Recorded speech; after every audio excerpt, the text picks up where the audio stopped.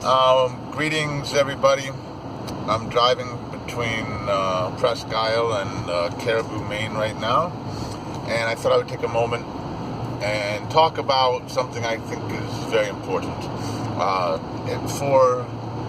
For you to be able to be intelligent and perceptive and to understand really anything, there's a key word: empathy. Empathy is critical to intelligence. You have to be able to understand what other people are feeling, or you haven't really understood too much, in my opinion. And now let's talk about something related to that in a certain way, which is the idea that thou shalt not kill. Now, empathy obviously would lead you to the understanding you shouldn't kill, whether even if you don't believe in divine law or the Ten Commandments and Moses and any of the Judeo-Christian Islamic tradition. But thou shalt not kill, because when you have empathy for someone else, you realize how they would feel if try to kill them, or if you do, or how their family will feel, or how their children and their brothers and their loved ones, friends, colleagues, fellow humans will feel if you kill. So you shouldn't kill. Thou shalt not. And I will assert clearly, emphatically, without reservation, that there is a divine law in the universe, and one of its corollaries is, thou shalt not kill. So, I know a lot of you believe killing is actually necessary and respectable and required, but just for the sake of argument, just grant me this assumption that killing is forbidden, that thou shalt not kill. If that is true, then I think it follows that killing huge amounts of people indiscriminately must be some sort of crime beyond all measure. And so, what could nuclear war be, which kills everybody and everything over a wide range, possibly the whole world? What could nuclear war be? What could nuclear warfare, nuclear bombs, even if it's tactical, as they call it, is there really such a thing as a tactical nuclear device? Well, the U.S. military thinks so, and they've wanted to deploy them in the past, along with nuclear weapons. So, anyway, let's just ask ourselves, is it possible that the cumulative wisdom of all the great spiritual leaders of over millennia, from Krishna to Christ to Saint Francis to Gandhi to John Lennon to Tolstoy to Adin Balu, and on and on and on, to the Dalai Lama and Desmond Tutu and all these people, that could it be that war is simply mass murder? Could that be? Yes, I would say so. I hope you'll agree with me. If killing is forbidden, and if thou shalt not kill, then I think it's reasonable to say that mass murder, even if you call it war, even if you draw papers up giving yourself the permission to do it, must be something really bad. And if you move on from war to nuclear war, atomic war, that must be really, really, really bad. Now let me see, who in this world, what country has used nuclear weapons against another? I can only think of one, the United States of America. Now, let's look again and say, who is threatened to use nuclear weapons?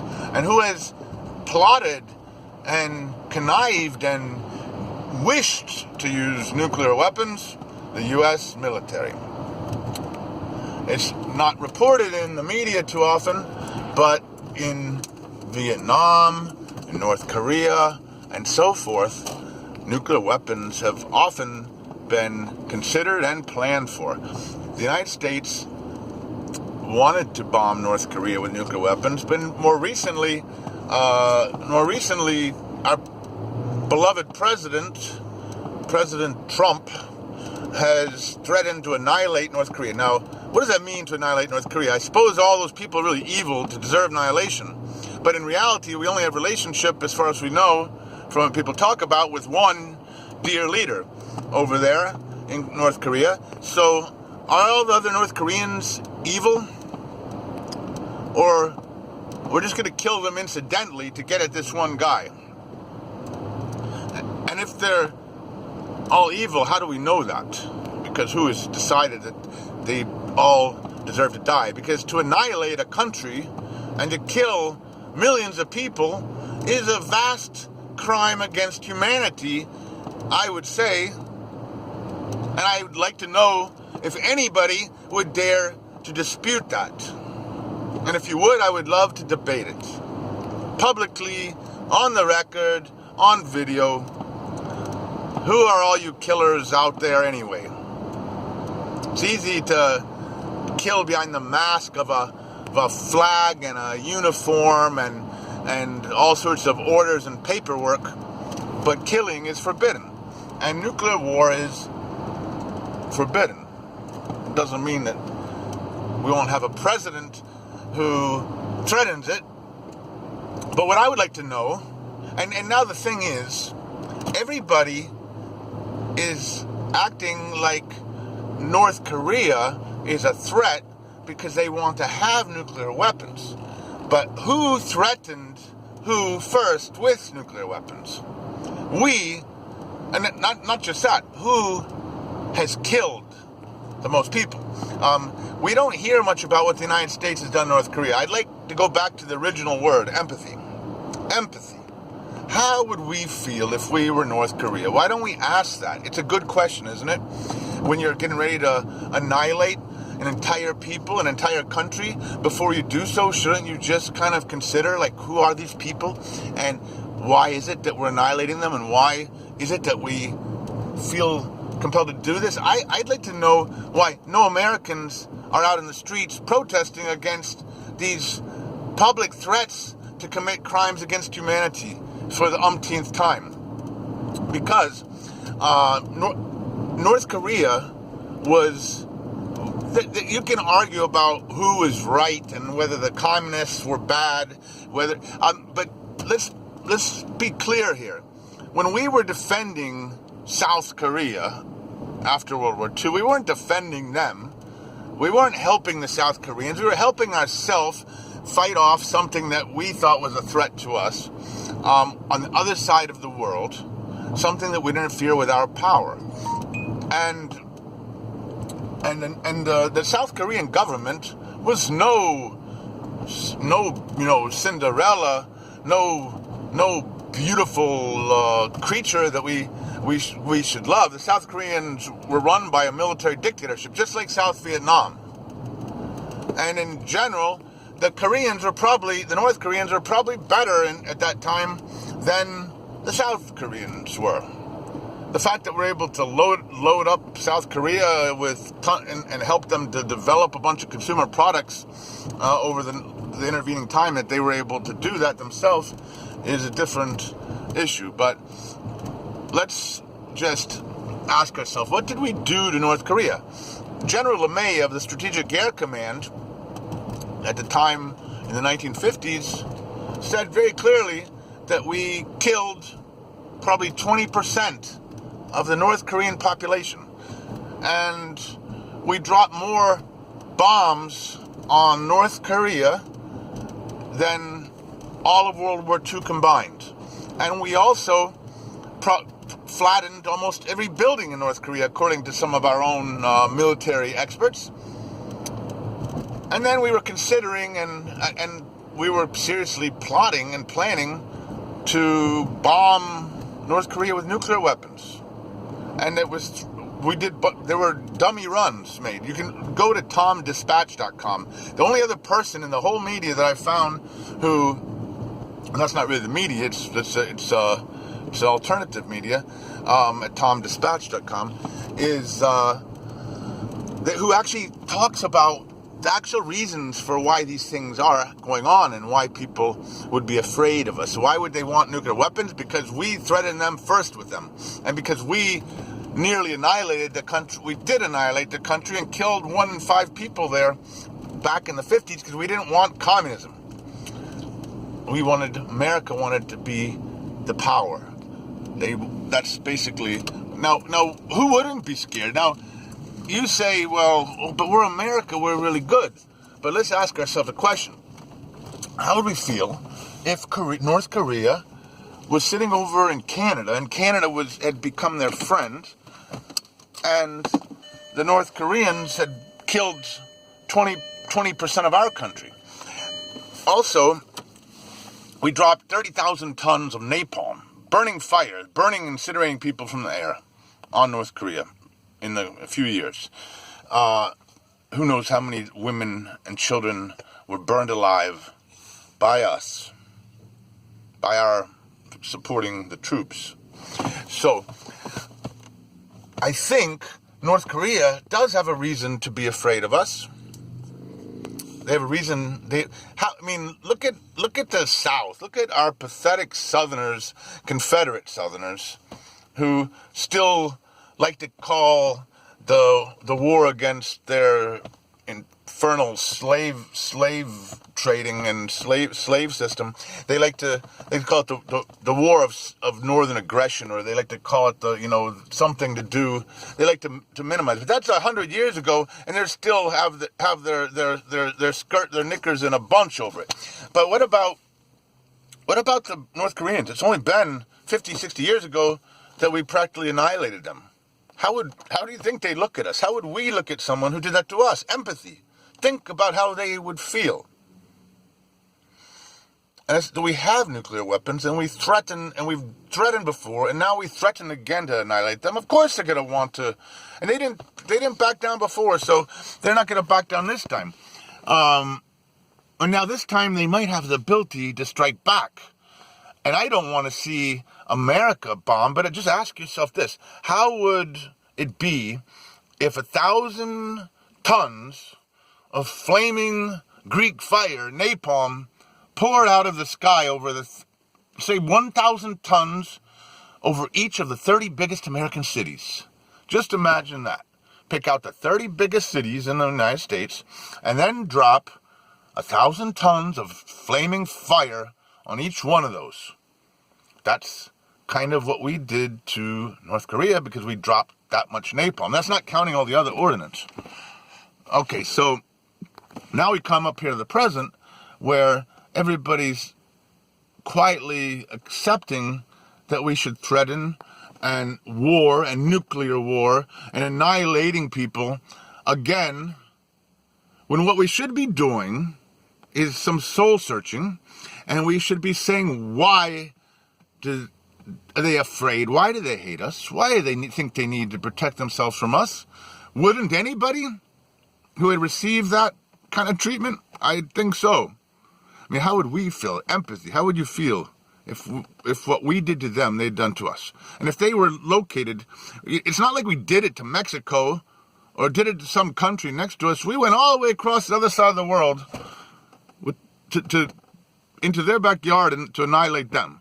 How would we feel if North Koreans were flying over our head? Empathy. That's a really good thing. I wish more people would think about having empathy. Okay, so the basic thing here is that once we get the empathy thing going, then we get a few facts about history, and we realize, oh, we dropped all that, we killed all these people for some stupid political purpose, and at the same time, war is murder. The Dalai Lama says so, Jesus says so all you Christians should know that. You've got to realize that we are guilty of crimes as a country. And to continue and do more so and keep ramping it up is leading this world and this country to hell. So, let's apologize. That's what I recommend. The best thing to do is to get on the air and say, to all of you North Koreans, we humbly beseech you to forgive us, and we would like to make reparations, and we would like to put away our own weapons and not use them and never talk about them again, because war is gigantic mass murder, crimes against humanity, of which we have been far too often very, very guilty. Now, if there's anything I got wrong, I did that really quick, and I would like to do a professional video with a higher production values and all that.